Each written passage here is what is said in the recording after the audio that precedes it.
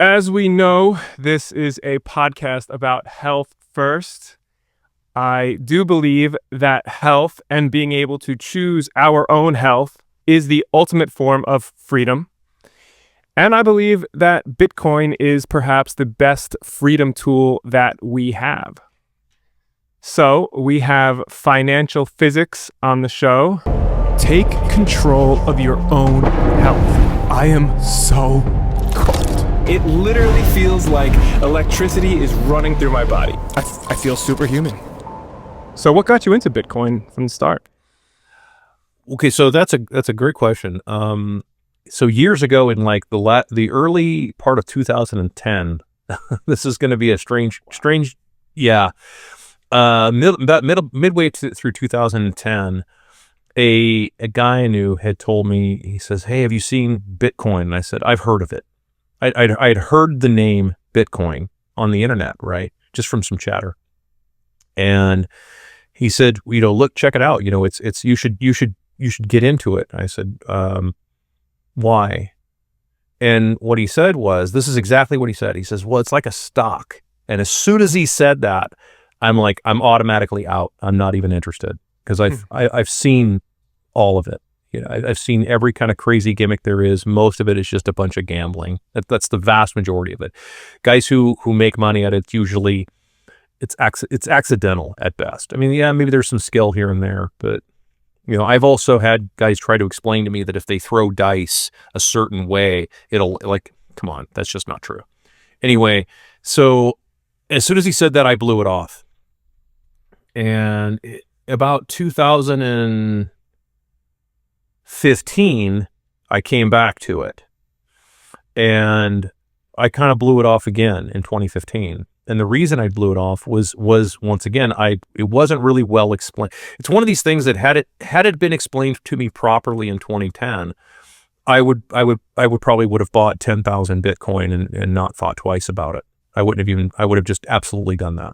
Mm-hmm. But it wasn't explained to me properly. I understand the math. I totally get the math. But were you always concerned about money, even in 2010? Oh, yeah. You knew it was a Ponzi scheme back in 2010? All of this. Yeah, this is all stuff that, so for me, it was on the financial side. I didn't, I'm not a huge tech bro. I'm just not. But I understand the money side of it. And so for me, the idea was, I wanted hard money. So, I was a big proponent of gold, right? Mm-hmm. Like physical gold. And in fact, actually a different friend of mine, but a really good friend of mine, he used to have this saying, and it was always such a great saying. He said, he would say things like, look, I don't care what's going on in the world. Unless you're ready to fix the money, forget it. Because nothing's going to work. Until you fix the money, forget it. All this other shit, it's not going to mean anything. You're just polishing the brass on the Titanic. There's no reason to do anything beyond this because you're not going to fix the money. And he was right. And I happen to agree with him. And we talked about this stuff. I mean, God, this goes back to in the early 2000s. We talked about this all the time. Wow. And so this is before gold became, this is like pre Ron Paul. And, Ron Paul, of course, if you know, for listeners who may not know some of the history, Ron Paul ran for president again under the Republican ticket in 2007 for the 2008 election. And he kicked off, and there is a lot of truth to this, he kicked off a lot of people to start thinking about the dollar problem, the problem of the dollar. And he did a really good job of it. And a lot of people started really thinking about this is a problem. Where the hell is all this money coming from that we're paying for all these wars, all these bases, all that, where is all this money coming from? And he's right. So it got a lot of people starting to think about it. Well, so that's what we talked, and we spent a lot of time on that. Mm-hmm. Well, in 2015, it was once again explained to me poorly, and I thought you had to buy a whole coin. Right. And I'm like, okay. A lot of people still think that now, which is crazy. There are, and it's really a shame too, because it isn't explained properly. A lot of people don't. I think that if you want to just a quick side note, my opinion on Bitcoin kind of works like this, that I think most people would understand it if it's explained to them properly. I think that a lot of the people that are explaining Bitcoin, and this is a criticism of Bitcoiners that I do have. It's a mild criticism, but it is a criticism that a lot of people trying to explain Bitcoin are explaining it like, dude, just buy Bitcoin, get rich. Like, that's not really very satisfying to a lot of people that want to know, like, well, why? Why does it have value? And trying to explain the math, because it has that's what we're really after, is the mathematical value and the idea of actual true scarcity that matches the laws of physics. And so when you say it has value, would you say it's energy or math or both? Because that's one question that I have a hard time answering. It's both in my view. So gold, for example, I just explained this today. Gold, for example, has what we would colloquially refer to as intrinsic value, because by virtue of the price paid to pull it out of the ground. So we know that gold, you and I want to start a gold business, right? You and I decide to become partners, and we're going to go out into the wilderness and we're going to go mine for gold. Like, seriously, two guys going out there with picks and shovels and start trying to mine gold. We have to do an enormous amount of work to pull that out of the ground in tiny little itty bitty nuggets. And every now and again, you might find a vein of it. We have to take all that raw gold ore, and then we have to smelt it. So we have to heat it up to, what is it? I think 3,600 degrees to melt that down and then get the impurities out of it. And then, and that's assuming we're not using an acid to do that. We're talking about just melting it in like a crucible or something like that. But we have to smelt that and then turn it into some kind of little coin or bar or something like that. And then, so now that's an enormous amount of energy to commit. If you and I were to try and go do that, we would burn a ton of calories between the two of us. talk about, getting in shape. Like, it is a health podcast, so yeah. Oh my God, yeah. If people really did go do that, they would be in immaculate shape by the time they're done with like one summer of gold prospecting, old school style, with pans and sluices and shit like that. Well, so there's an enormous amount of time commitment and energy commitment. It's, your human capital, right? Like, it's the time and energy that we have. Our time is finite on this planet, for better or for worse. So that's the first part of it. The next part of it is the chemical composition. Gold is a base element. So because gold is a base element, it can't be made by putting other elements together. It's its own element, Au, on the periodic table. So because by virtue of the price paid to pull it out of the ground, and because it's a base element, it gives us a unit of measurement, meaning that gold is either pure or it's not, it weighs or it doesn't, and you have it or you don't. That's it, right? That's like the ultimate, it's the ultimate transaction right there. And it's very fungible. Gold is incredibly fungible. In fact, it's more fungible than Bitcoin. So your value comes from that. So Bitcoin takes it a step further. And this is how I explain it to people. If they're willing to listen, and they really have to take the time to really try and any time that I have, like if I have somebody in my own personal life where they want to understand Bitcoin, I try to encourage them that, hey, listen, if you're not willing to spend at least a good 40, 50, 60, 100 hours, like, you're not going to understand what I explain to you, because you have to, in my opinion, in order to explain Bitcoin properly, you have to understand gold first. If you understand gold, Bitcoin you'll pick it up instantly, because it's the next logical conclusion. Bitcoin, it takes an enormous amount of energy to mine a Bitcoin, huge amount of energy. Now, just because it isn't human beings, with picks and shovels, it still takes an enormous amount of electricity and of course, electricity takes a lot of energy to keep electricity going. I'll come back to that in a second. But, so it takes an enormous amount of energy to mine a Bitcoin. Then Bitcoin has the mathematical properties. So like an element on the periodic table, Bitcoin has this very mathematical precision. Gold, we don't know how much gold there is. That's true statement. We don't know how much gold there is. We don't know if is there X amount of tons of gold. We don't know how much there is in Fort Knox, or if there is any gold in Fort. Like, we don't know any of that stuff. Yeah, it could also even be interplanetary. There could be unlimited. Right. Yeah. I mean, we don't really know exactly how much there is. Bitcoin goes to the next level, and it just says you either you don't have to trust but verify like you do with gold. You just verify. So in the case of gold, if you have to weigh it, like put it on a scale and weigh it, but then you have to make sure that you have to displace it, meaning you have to find out what the purity is. Is it pure gold, or is it 18 karat gold? Is it 14 karat gold? What's the carat weight? Bitcoin just goes to the next logical conclusion, and you don't have to do that anymore. There's no having to verify weights and purity. You just verify the math portion of that. So because we don't know how much gold there is, then, which is, again, that's great from a fungibility standpoint. I love the privacy and the fungibility. I love that idea. But with Bitcoin, we have something more, even more fascinating. There's 21 million coin units. That's it. That's all there is. And we know that up front. So it would be like, imagine being able to say with precision accuracy on planet Earth, taking all interplanetary gold aside, that if we said that we knew precisely down to the gram how much gold there was on planet Earth, well, then we would then be able to measure something against that. So Bitcoin, because of that, it gives us probably the most accurate unit of monetary measurement that has ever existed in the history of the planet, as far as we know, as human beings.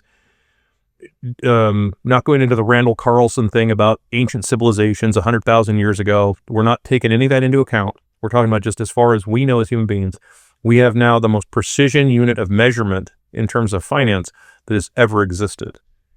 And that's huge. That's incredible. Had that been explained to me in the beginning, like I said, I would have gone all in 2010.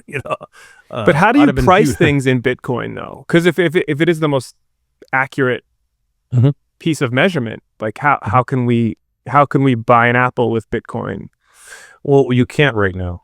It's really not. I mean, like, no. So this is the part where all the Bitcoiners freak out when I say this kind of stuff, because it's like, well, no, now you're I'm not anti-Bitcoin at all. I'm actually very, very, very pro-Bitcoin, but I'm also a realist. And there has never been a recorded time in all of human history where good money has chased out bad money. It's never happened. It's never happened. Bad money chases away good money, because when bad money, in other words, bad money is inflationary money. Nonsense money, like the dollar. The dollar, the single most worthless currency that's ever existed in the history of mankind. Even the Romans had little garbage coins. The U.S. can't even afford to do that because it costs too much money to make the coins now. They're garbage metal coins out of zinc. It costs too much money to make them. That's how worthless it's got. So when everybody is using that currency, nobody wants to part with their hard currency, do they? Right? Like, you have people who they're like, buy Bitcoin and hold on to it forever. Yeah. That means that it's not going to go anywhere.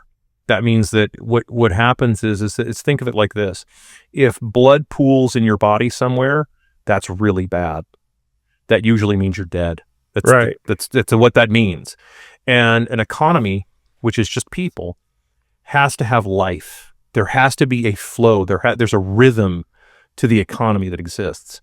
And that rhythm stops when the money stops flowing. It has to constantly be flowing. And what's missing right now, for example, so let's talk about the dollar world for a second. Let's contrast that. There's dollars fucking everywhere now. Oh my God. There's trillions of dollars floating around all over the place. Now, it's not floating to anybody on the bottom. It's not going to them. All it is it's floating around up here with these same families, these same people, these same assholes that have been in charge of everything for years. It's just floating around up there. It's not really filtering down. And when it does, it filters very, very, very slowly before it gets down to the plebs, down and the rest of it. Well, what's supposed to happen in a normal free market society, if you actually had a free market and you were not conjuring dollars from nothing, most of those people up here would have collapsed a long time ago. They would have hit the bottom. There's a circulation. I just did a video on this the other day talking about the idea of social mobility. So for people who aren't familiar with social mobility is just your ability to start at the bottom and work your way up, right? And that's the American dream. And like, people say home ownership and everything else. That's really not the American dream. The American dream originally was just that anybody, if they were willing to do some work themselves, could achieve their goals. That's it. That was the American dream. Yeah. You could bring yourself up the social hierarchy by just being good and actually working really, really hard and getting good at something. It doesn't matter now. So in a fiat world, it doesn't make any difference how good you are at something. It doesn't make any difference how many degrees you have. It doesn't make any difference what car you drive or how good you look. It doesn't, like, that stuff doesn't really make any difference. It doesn't make any difference how talented you are or how intelligent you are anymore. All that makes a difference now is how close you are to the money printer. Do you get money? Do you get dollars before everybody else gets them, and before they lose all their spending power by the time they get to the bottom Right. of the equation? And I guess it's almost like you actually advance in the social hierarchy by, instead of using your skills to do what you're best at, you use your skills to get closer to the money printer. That's all it is. That's all we see right now. Most people that are, you have but to look at the people that are running shit now. It is so obvious these people are so out of their fucking depth. They are. They are so out of their depth. Their handlers are so incompetent at this point. And you can see it when, remember, what was it about, like 2 weeks ago? There was that little video that surfaced, and every pundit was reading literally from the same script. Yeah. Like, and not only were they reading from the same script, they were all doing it at the exact same time.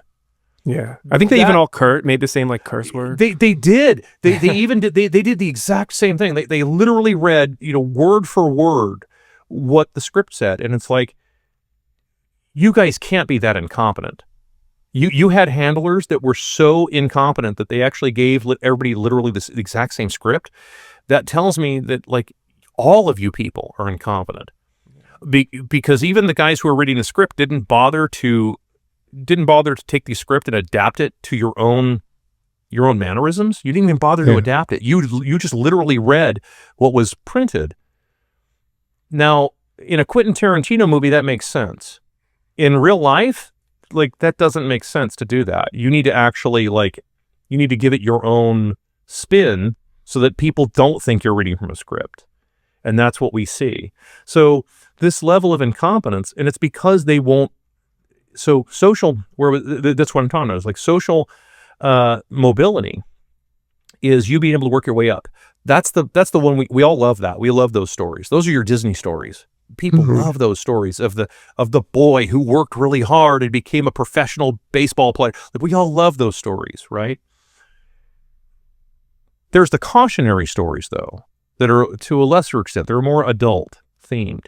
And it's usually the people that start at the top, and now they're working their way to the bottom of the stack as quickly as they can, is usually through incompetence. And those are typically cautionary tales, trying to tell people that, hey, if you lose touch with reality, you lose touch with people, you lose touch with all this, you're eventually going to be on the bottom of this whole thing because you're losing touch, and you're also not doing any work. So in a hard money economy, for example, let's use gold. Once again, we'll go back to the use of gold. In the gold economy, if you have a hard money and it either weighs or it doesn't, it's pure or it's not, you have it or you don't, that's it, and you're being paid, and everybody's transacting in physical gold, let's say. No, we're not doing notes, no paper, no nonsense. Everybody's transacting like that. The people who do all of the work will absorb all the gold, 80%. 20% of the people will absorb 80%. It's 80-20 rule. 20% will absorb 80% of the gold. Why? Because they're the 20% that are doing all the goddamn work. They're the 20% that are saying, yeah, I'll do that extra overtime. I won't go to that party, with you guys, like, hey, it's Friday, I'll work OT. Like, those are the guys who will absorb all the money. This is just reality.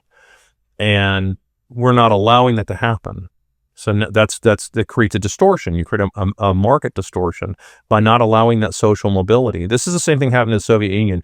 This happens in all central bank controlled economies, that the people that are at the top, they want to keep those same people because they control them.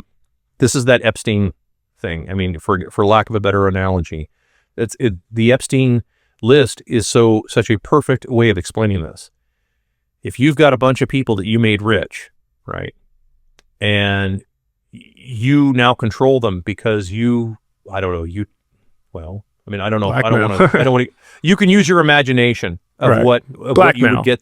Yeah, you would get them to do. You get them to do Oh, this that makes horrible sense. stuff that you know for a fact that they're not safe anywhere they go, right? Yeah. They're not safe they can't go to jail. They can't just say, oh, screw it, I'll just go to jail. They can't do that because the prisoners aren't going to put up with that. I mean, we all know, I think even people who've never been inside know that most cons don't own well with guys, doing that island crap. Like they don't, like that's not, especially if it is what we think it is, right? Where there's like little kids involved, like they don't own with that. I wouldn't. I had no patience for that. Yeah. So your life is going to be absolutely horrible. Your short life is going to be really horrible if you go to prison, and if you stay out in the real world, you're going to be shunned as a pariah for the rest of your existence, and probably your family's existence as well. I mean, you're going to be a disgrace. So you're now very controlled, very tightly controlled by whoever your handler is. And you don't want those people to slide down the hierarchy. So you have to keep them propped up, which is why there's this weird nonsense. I'm convinced it's one of the reasons why you see so many of these programs that were like, oh, there's a bunch of money that went to this goofy program or that goofy program. Yeah, who ran all that stuff? Go find the people who ran those things and where all that money went. And if you can trace the money, you're probably going to trace it back to somebody who's probably very controlled, and they're being heavily blackmailed, and they can't move. They can't turn state's evidence because they won't make it. Like there's just no way. And especially when you've got a lot of people on the inside that are also not your friends as well. I mean, I hate to sound all conspiratorial. This isn't a tinfoil hat thing. Like, this is just kind of what happens. Yeah. When you try to freeze social mobility, and you keep it to where the people that many CEOs right now are so insanely incompetent now. It's unbelievable. Like, I mean, I just, as a businessman, I see this stuff and like, you guys have lost your goddamn minds. What you're doing, the stuff that you're doing is crazy. So you think like a lot of private sector CEOs are under blackmail as well? Oh, I'm sure. I'm almost positive of that, because I look at their decisions that they're making. I look at the decisions that some of these companies make, and I'm like, what the hell are you thinking? Like, why would you do something like? Why would you alienate your market? And you see these guys do this stuff. I can't think of any specific thing. I'd have to see it. I mean, just when I'm reading news and stuff, I'll see these things, and I'm like, why on earth would you do that? Well, you could use like all the trans stuff that these companies are doing and all the DEI practices. Yeah, I mean, like, that's a great example of that. So that's a good example. The DEI thing was a great example of this. You're either in on it or you're completely checked out and incompetent. If what you're doing is you're literally hiring people based on their, I don't want to say sexual orientation, but like whatever nonsense, whatever, I don't want to say it, like victim currency du jour, like whatever it is of the day, like, oh my gosh, it's all about trans people. Great. So hire trans people. Like, this is just ridiculous that you even hire people based like that. And in fact, there was a small hedge fund, as I recall, a while back. They were actually shorting companies that did that. What they would do is they would look at their hiring practices and start shorting those companies, knowing that full well that like you're putting people who are so incompetent in these jobs, and there's just no way your company's going to survive this. But yeah, that kind of thing, does happen, and in a hard currency environment, it presses the matter. It pushes the issue and says, okay, if you're going to run your company like shit, and you're going to do all these crazy gimmicks, and you're going to effectively run your company to the ground, if there's a hard currency environment, there's no bailouts. None.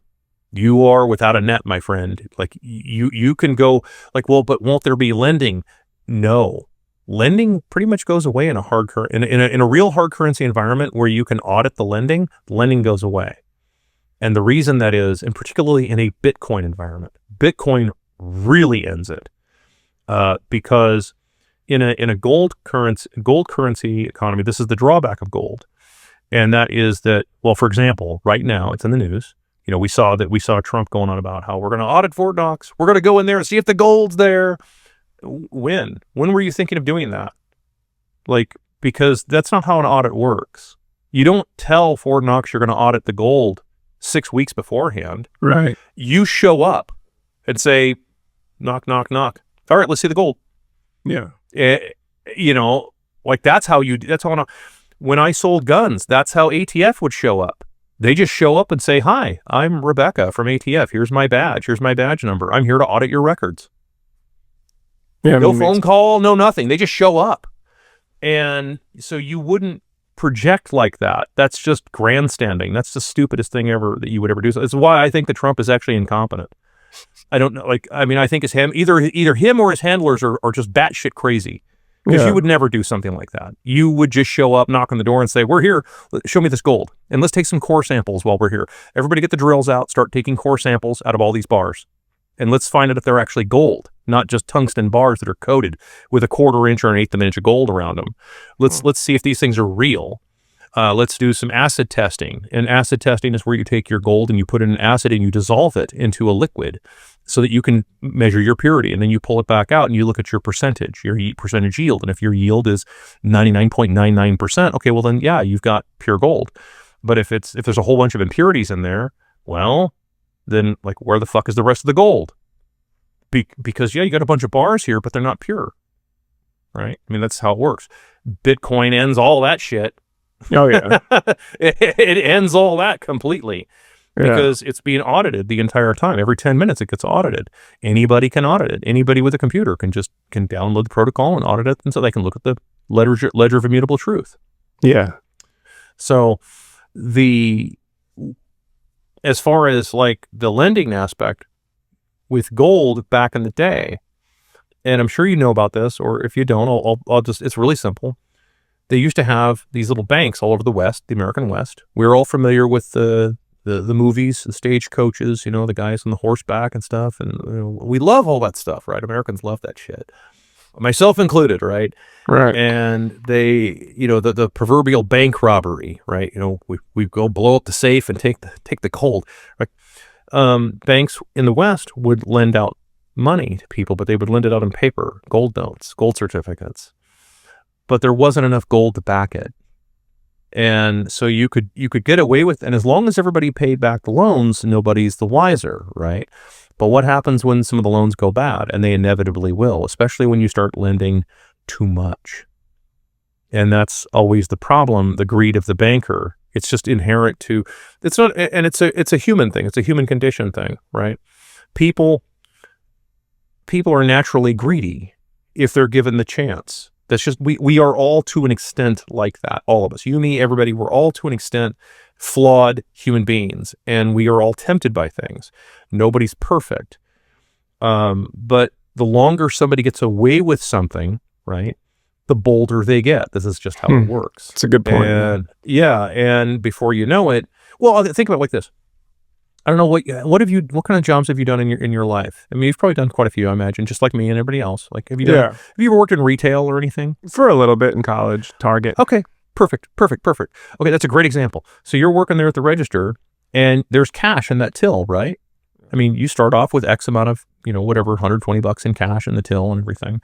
And back in the old days, before the days of cameras everywhere and all that kind of stuff, people dealt in a lot of cash, right? Before the days of the credit card. And so if you go back into like the 80s, for example, there was always in those tills like thousands of dollars, tens of thousands in some cases. And for $20 to come up missing, it's like, oh yeah, it's pretty easy. Just $20 just comes out of the till, and right. Yeah. And you're short $20. It's not the end of the world. I mean, like, and if you didn't do it all the time, it's near impossible to get caught. True story. If you did it random, like seriously, like totally randomly, like once every, 6 weeks or something, $20, and like you'd probably never get caught for that. But that's not how it works for people. It becomes $20, then it's $20 a day. Then it's $25 a day. Then it's $50 a day. And that's what gets them caught, is that it's a bank robbery. You can pull a bank job, and if it's just one guy walks in disguise, with one of those masks, right? Those ones they're selling on TikTok Shop now, the ones that look real, and does a bank job and runs off, and if you didn't leave any DNA or anything, the odds of you getting caught are pretty low. You could probably pull it off. It's when you go back to do it a second time and a third time and a fourth time, and if now you're starting to build up a pattern, and then they start crunching, they start looking at the data, and that's what got what's his name, Luigi, caught, in my opinion. I think I have nothing to back. You think that he up. did? You think it was really him? Even if he, let's go with the narrative, and let's assume for a second, because it's allegedly, right? Nobody knows. But let's assume for a second that's real. I would say that how somebody like that got caught was they look at the reverse digital footprint. You, me, everybody have a digital footprint. We're online. We're all creatures of habit. We send tweets at this time of day. We check our emails. And then if all of a sudden that stuff stops 6 weeks ago, yeah, and then you're gone, and then something happens, they start looking at okay, who disappeared? And it's well, that's millions of people. The computers can do that stuff really fast now. They can look at the reverse digital footprint, how much digital footprint you're not producing now. It's it's how it works, man. Your phone used to go with you everywhere, and now your phone is sitting at your house for 6 weeks, and it hasn't moved. Mm-hmm. Then they start cross-referencing your purchasing, and that's just how it works. But anyway, I think you were comparing bankers to greedy Target employees, which I love that comparison. Well, yeah, I mean, we could go back to that. Yeah, that's what happens though, is that the bankers, they tend to get greedy with this. You start making loans, and then you're making a bunch of money on your loans, because that's how bankers make money, is with loans. And then as you move along, you start making bigger loans. Because especially if you're having more and more deposits that come in, and you've got more people trying to pull money out. So this is so for example, we're using the Old West as an example. People come in and they're like, oh, hey, I have an emergency now. I need to withdraw some money. Okay, well, now that banker, let's say that the bank had $1 million in it total. The banker's already lent out $1 million. How does he then give give $50,000 to one of his, how do you do that? It's not possible. So he then has to create $50,000 more dollars than it didn't exist before. And so now the tendency is to make bigger loans to cover those losses. There's a Ewan McGregor movie called Rogue Trader. I don't know if you ever saw it or not. It came out, I think, in the 90s. No. And it's an obscure movie. It wasn't very popular, but it was, and I can't remember the name of the actual guy. It's based on a true story. Of this guy who worked for it wasn't a hedge fund. It was in England. It was like a hedge fund, similar to a hedge fund. Mm-hmm. And he was trading their account, and they thought, oh my God, this guy's a genius. He's a golden boy. Look at all this money we're making. He was covering all of the losses.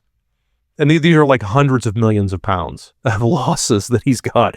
But on paper, it looks like he's making this big pile of money for the company, until it all finally shakes out where they're like, he lost literally everything the company had and went through all of their credit, lost all of it gambling, because if his options were started to, if all the options he was selling, he was writing, started going negative, he'd have to try and take bigger bets on the other side to try and cover up the losses.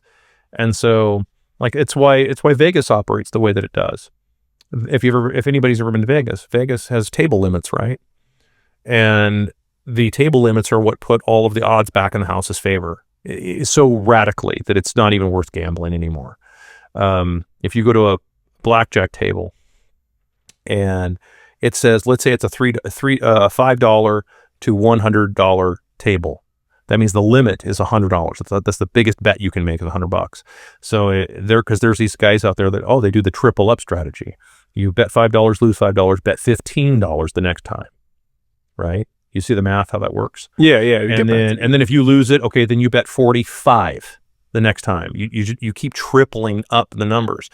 And if you have no table limits, in theory, you could, and if you had the bankroll to do it, you could start with $5 and eventually have like $1.5 million bet out there. And then finally win your bet and you win all your money back. Right. But that table limits make sure that that doesn't happen. Like, it's $100 is it, man. Yeah.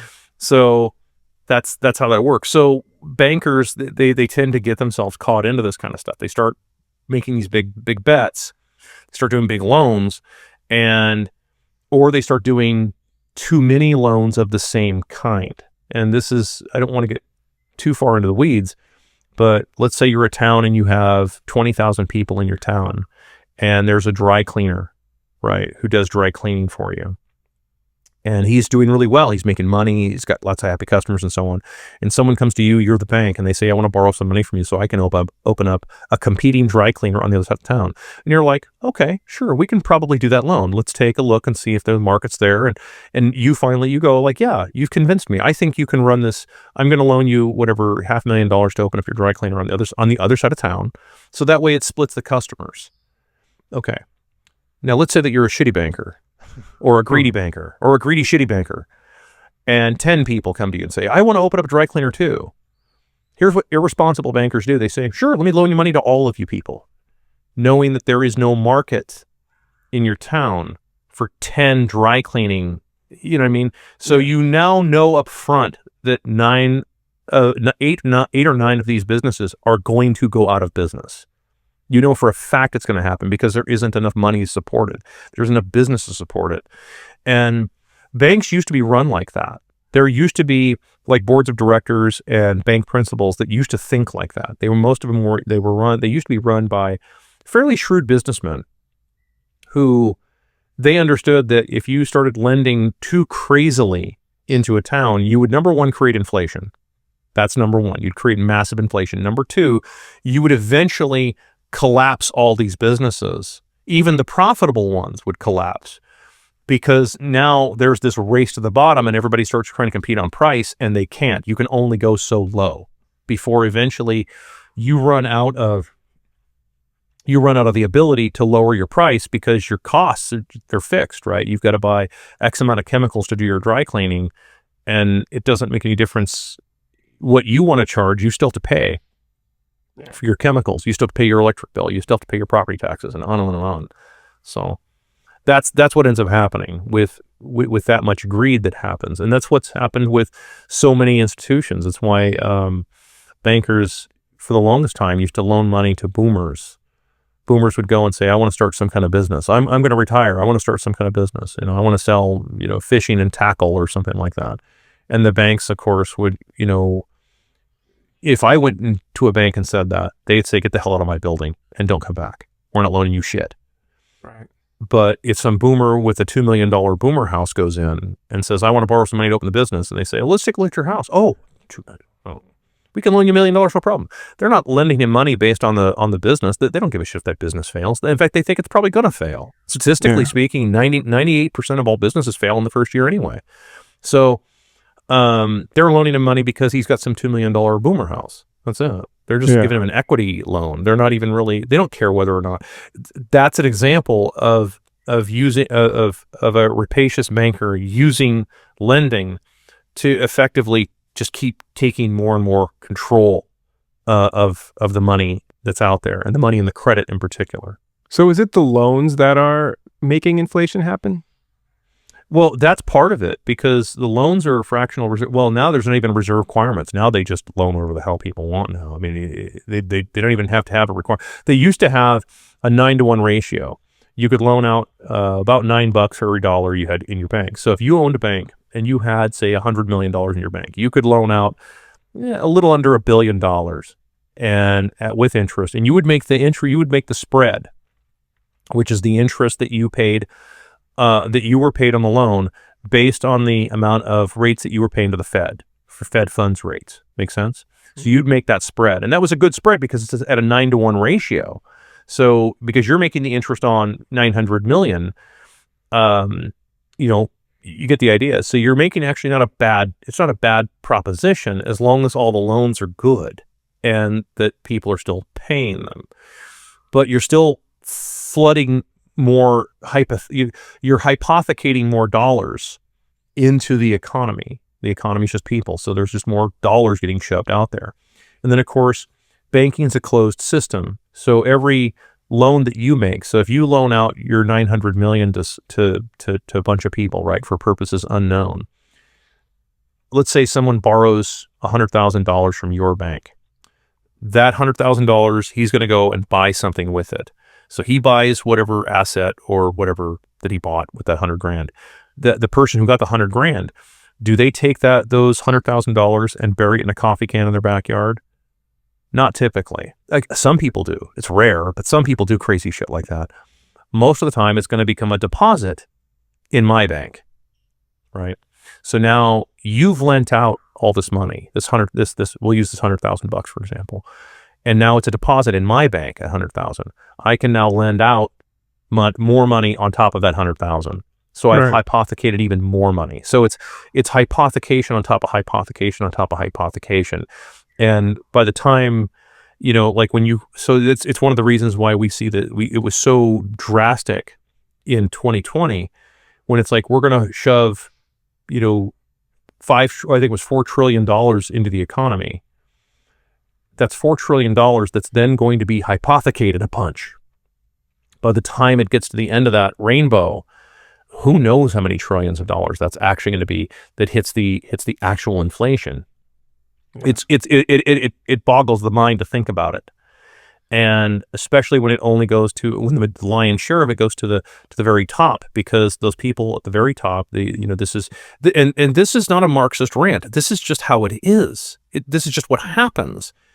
The giant companies at the top that get all this money, they then are able to use that kind of money to acquire even more assets, and then your smaller businesses have a even harder time competing with that. It makes it near impossible for them to compete, especially when the prices have gotten, particularly in real estate, have gotten so insane that nobody in their right mind would ever do it. Like, I just saw personally, not that far away from my house, somebody built this restaurant.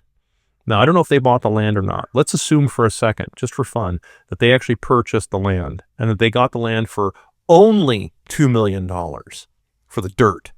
Then they did a $2 million build out on that building. $4 million. Who would spend $4 million to open a restaurant? Unless you were using it to launder drug money or something like that. Yeah. Nobody would, in their right mind, would go $4 million out of pocket, because the ROI, just I say this as a former restaurant owner myself, the ROI just isn't there. Even if you have a really hopping bar, dude, $4 million out of pocket, and then you got to pay it if you want to have a manager that isn't going to steal from you. Yeah, he's got to be paid a pretty decent amount of money. You got to pay somebody a pretty decent chunk, and they got to get a piece of the back end, a piece of the upside, usually of the bar. They get a percentage. Mm-hmm. And so by the time you figure it all out, by the time you pay your staff, and then of course you're constantly training a new guy, because it's impossible to keep people for, $12, $15 an hour. It's just impossible to keep them because they can go anywhere and get that. By the time you figure it all out, plus your payroll, your back end taxes, your inevitable paying unemployment tax for people that you fire because you caught stealing, and on and on, all this stuff. You would never take $4 million. You'd be better off buying treasury bonds. Seriously, you'd be better off making 3.5%. So why do you think he did it?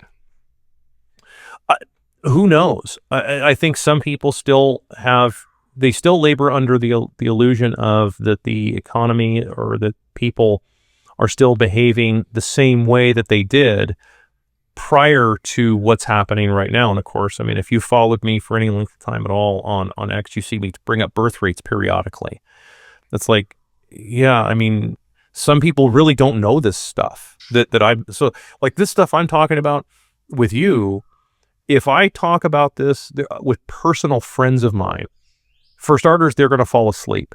They don't listen to anything that I'm serious. They're going to fall asleep if I start talking like this. It's why I don't bring it up at home. This is my outlet here. There you go. Because like my wife understands all this stuff. She gets it because she's been around me for 20 odd years. But But if I talk to friends about this, unless this is their thing that they're into, they're going to just go, like, they're not going to want to listen to any of this. Yeah. But Which I almost think it's most, by design that we're not really taught about economics in high school and college. Like they want us to just be like, oh, well, I just spend the money and now lunch costs $25. I wonder why. I really think it's all by design. oh, I see those receipts all the time. You see them too. Those ones from Yeah. like, oh, here's a Five receipt from Guys. five guys, and it's like $32. I'm like, what the fuck did you buy for $32, dude? Yeah. A burger and Yeah. fries. Well, Yeah, it makes sense why a it's house. crazy. Yeah. So do you think that like buying a house, is that a shit coin? It depends. If you're going to buy a house and move into it, and you like it, and it's a house that you want to personally live, a domicile in which you want to live, then no, I can't touch you on that. I would say, yeah, that's when you should buy a house, is when it's something, because you have to understand a house is not really an asset, it's a liability.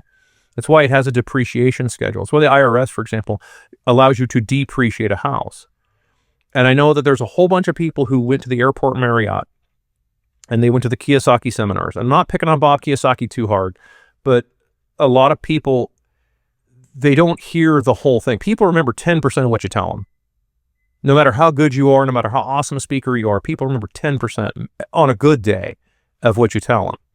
And a lot of people, unfortunately, they take these real estate classes, and what they forget to remember is that you make your money on the buy, not the sell.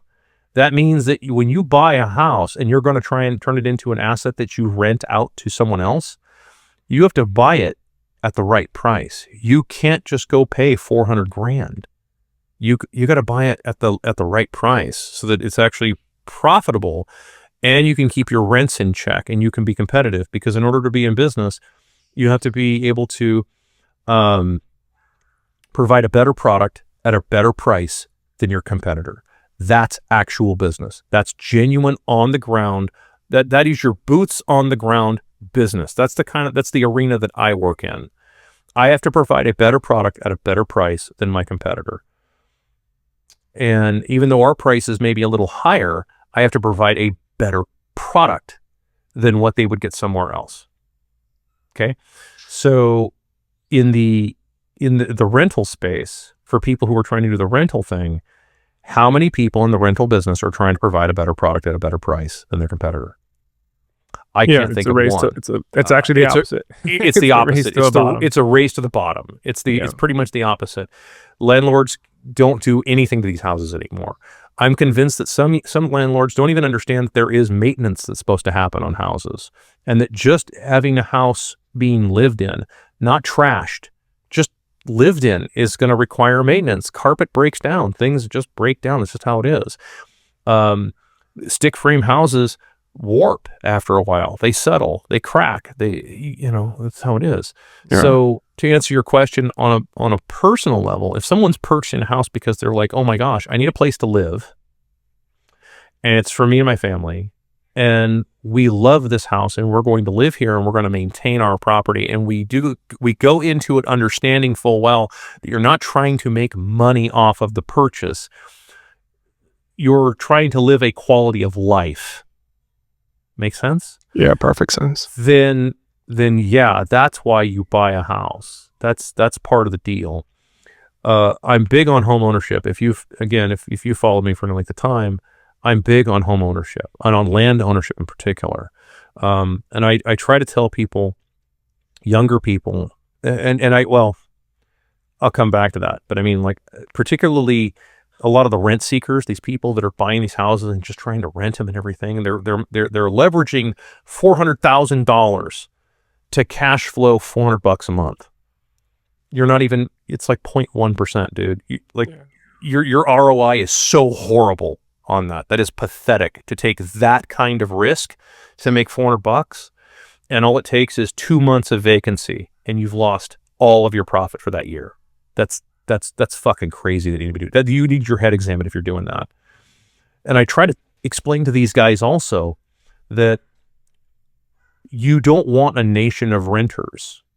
that is massively unhealthy. That is probably one of the most unhealthy things you could, and it's one of the most anti-goddamn American things you could ever do, would be to try and have a nation of renters. The U.S. is not designed, it was never designed or intended to be a nation of renters. It was designed and intended to be a nation of owners, kings on your own land. You are supposed to own your house on your property, running your goddamn business and raising your family. That is about as American as apple fucking pie, what I just described there. And that is what you want. You don't want to try and keep this idea, this delusion of, well, I just want cash flow strategies and blah, blah, blah. Those are the statements of a fucking psychopath in my mind. Like, you're selling out your entire future to try and make a quick buck. Not only is it a quick buck, it's a shitty quick buck. It's not even a really good return on this. If I had 400, because think about it like this. If you were going to buy a $400,000 rental property, for example, and let me just hammer this home, and you had to pay cash for it, and you could never take a loan out. In other words, you had to pay $400,000 up front, out of pocket, in cash for that property. And you could never borrow money back.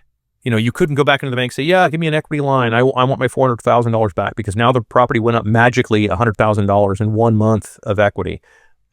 This is the kind of nonsense people do. It's fucking crazy.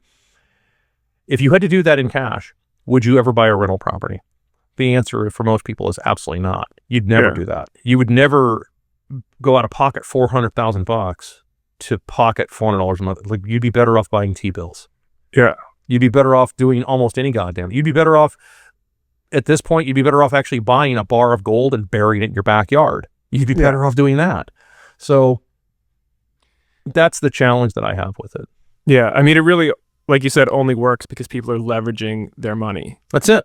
One thing that I always say about owning a home, which is, in my opinion, the American dream, as American as apple pie, as you would say, but I often say that nobody actually owns their home in the United States because of property taxes.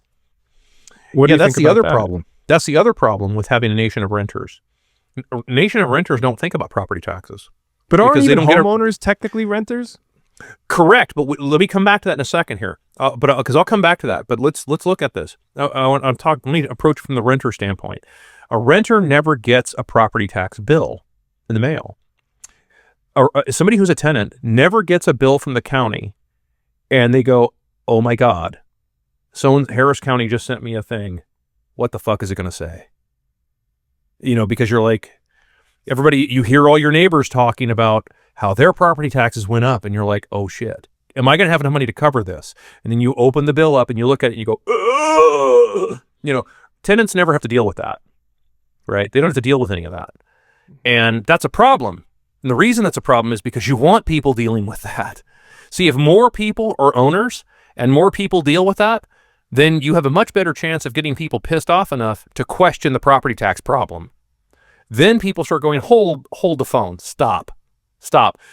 You are not going to convince me because I just had this happen to me. This is a personal story now. You are not going to convince me that the money I just paid for this property, this just happened to me personally. You're telling me you think I made a 50% return on this in 1 month? Fuck you. No. What you're doing is you're arbitrarily raising these taxes, these property values, so that you can get a bigger percentage. And when you have fewer renters and more owners of property, they get together and they start talking and they start saying, dude, these taxes are ridiculous. Like, this is stupid. We need to get rid of this. Or if we're not going to get rid of property taxes, we need to drop these down to something that is a lot more reasonable for all of us, because this is unacceptable. Because if you look at property owners, they're stuck in that rock and the hard place, right? They're like, man, I love that my property values are going up, but I got to pay more taxes. Yeah. Well, if you tend to live there and you tend to care about what it is you're doing, then you don't really want to see your property values going up artificially. It's one thing if it's organic. You live in an area of town, and now everybody wants, for whatever reason, to live in the same area of town you live in. And so there is an organic market effect that causes the prices to go up because of supply and demand. That is a regular market effect. That's normal.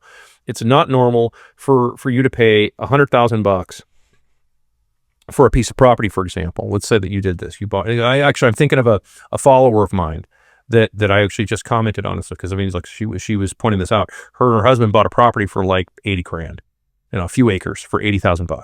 They built a house themselves on the property. It cost them about $110,000. That's it. Now you're like, man, that's pretty good. They're under $200,000. The county comes in and says, oh, we think this is worth like $600,000. So here's your tax bill on 600 grand. Yeah, it's criminal.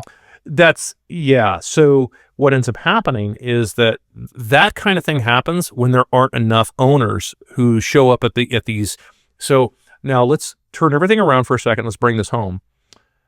Let's say that all the people who were renting actually owned all those houses, and they all at the same time got these gigantic fucking bills in the mail. And they said, that's it. We're all showing up at the city hall to have this out. And like 600 people show up at the courthouse. Governments tend to take that a bit seriously. That's just it. So to your point, you're never really an owner of your property because of that. Right. And it takes enough people to get together and say, we're going to put a stop to this. In Texas, for example, I'm not sure where you're located, but New in Jersey. Texas, New Jersey. Okay, cool. So in Texas, back in 2010, there was an election going on. I didn't live here at the time. I actually lived in another state, but I followed the Texas gubernatorial election because I'm a weirdo. Mm-hmm. And I happened to get sucked into that because there was actually a candidate running for governor named Deborah Medina, and her whole campaign, the centerpiece of her campaign was, we're going to eliminate property taxes in Texas. Now, what do you think that would have done to Texas? Everybody and their goddamn brother would have tried to move here. No kidding. Everybody would have tried to move here because they're like, oh my God, an end of property taxes. You can have your 6% sales tax or whatever it is, but if you are ending property taxes to the point where you can actually own your goddamn property for real, and you don't have to pay, and for elderly people, I mean, think of, that's almost like a paradise when you think about that. Right? That like, if you own your property and you paid it off, you don't have more bills. All you have is basically you're just basic bills, whatever bills you create for yourself, but there's no ongoing renting nonsense that you're paying on your property. So, and her campaign was immediately sabotaged by Glenn Beck. I can say it because it's true. He did. He fucking sabotaged her whole campaign. Don't ask me why. Probably the money. I'm guessing somebody bribed him or whatever. Whatever. I don't know. He can fucking sue me. I don't give a shit. But it's like, I mean, I call it like I see it, and yeah. But that was something that was interesting. It's because a bunch of people, and she was really ahead in the polls too, because it was resonating with a lot of Texans going, dude, yes, this is outrageous. And especially New Jersey's probably just as bad, if not worse. Oh yeah. I had a customer in New York. She lived outside of Manhattan. This is a long time ago. And she saw a picture of my house. I had a regular 323 house in Washington State. Like nothing huge, nothing fancy, nothing exotic, nothing fucking crazy, nothing like that. And she saw a picture of it. And I just said, hey, out of curiosity, how much are houses like this in New York where you are? And she says, oh, forget it. Like, forget it. Like, dude, no. Even if you could find a house like that, it would be probably $2 million if you could find it. And even if you could afford the house, the $3,000 a month of property taxes would crush most people. Like I'm like, dude, I didn't even pay that in a year. I was pissed that I was paying like $850. Right. I was fucking freaking out at $850, and let alone $3,000 a month. I'm like, dude, where are you people getting this money from to pay this stuff? Like, dude, who has this kind of money? Yeah, it's crazy. All right, so we're kind of getting up to an hour. Let's do a couple just quick questions that I had. And I'll do the best I can. Yeah, quick. So we got. Are you into any other cryptocurrencies? No, I stick with Bitcoin. Just Bitcoin. Good. Mm-hmm. what Bitcoin price do you project by the end of 2025? Well, I'm not very good at price projecting. I've been wrong every time. Same. So I don't know. I mean, by the end of 2025, let's assume for all things go well. I maybe 140. Fair You know, enough. I want to try and be conservative on that because I know everybody keeps saying it's going to be 500,000. Like, man, I don't know. You guys are out there. There's a lot of people having to sell Bitcoin to get fiat to pay basic bills. There's a lot of that going on right now. So I've seen you say things about the dollar absolutely crashing. How likely do you think this is to happen in our lifetime? it depends on if we can get it to happen. It would be the single greatest thing that's happened to this country since Cornwallis surrendering. Well, it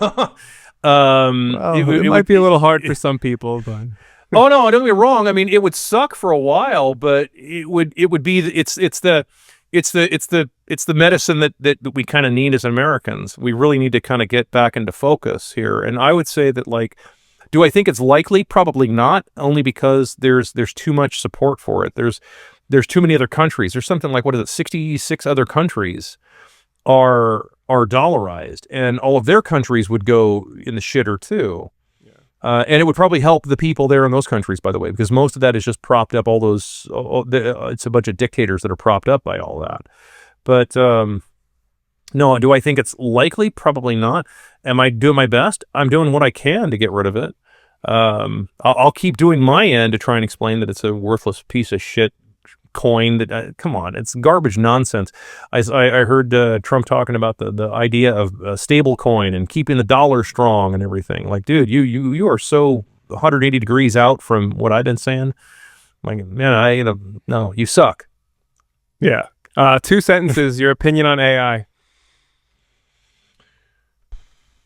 Well, I mean, I think it's artificial.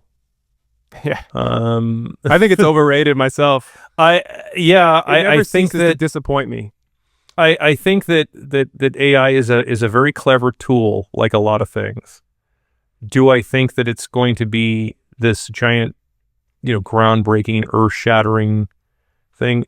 Probably not the way that people think. I think a lot of AI is going to be used to get rid of people that they were trying to get rid of in the first place at a lot of companies. Yeah. You ever take an ice bath? No, I haven't actually. I've thought about it. I haven't done it yet. There you go. Maybe one day. Maybe this summer when I get out on the property, maybe I'll do that. For the record, Cold Plunge podcast, we discussed cold plunging. Fair enough, we did. Do you have a hot take for us? On anything? I don't know. I mean, realistically, this whole podcast was a hot take, but usually I was going to say, yeah. I mean, I thought I hit people pretty hard there. Yeah, you're good. You're good for your hot take. I ask all my guests to give me a hot take, but you are one giant hot take. Especially if people want to go follow you on Twitter. Where can people find you? Oh, you can go to Financial Fizz, financial and then PHYS, because I can't put physics in Twitter because it's too long, so it cuts it off. It's financial and then PHYS. And if on TikTok you can go to, that's actually just Financial Physics. And keep in mind there is no numbers or anything in Financial Physics on TikTok. There's a bunch of like fake accounts out there. They steal my stuff and they repost it, but it's actually Financial Physics is the only account. There's like 42,000 followers I think on TikTok. Awesome. Thanks for coming on. Thank you so much. This is the Cold Plunge Podcast with me, Mike Gorman. Be sure to check out the video version of this podcast on our YouTube channel and check the show notes for any references, studies, or links to anything I spoke about on our website at plungereviews.com/podcasts.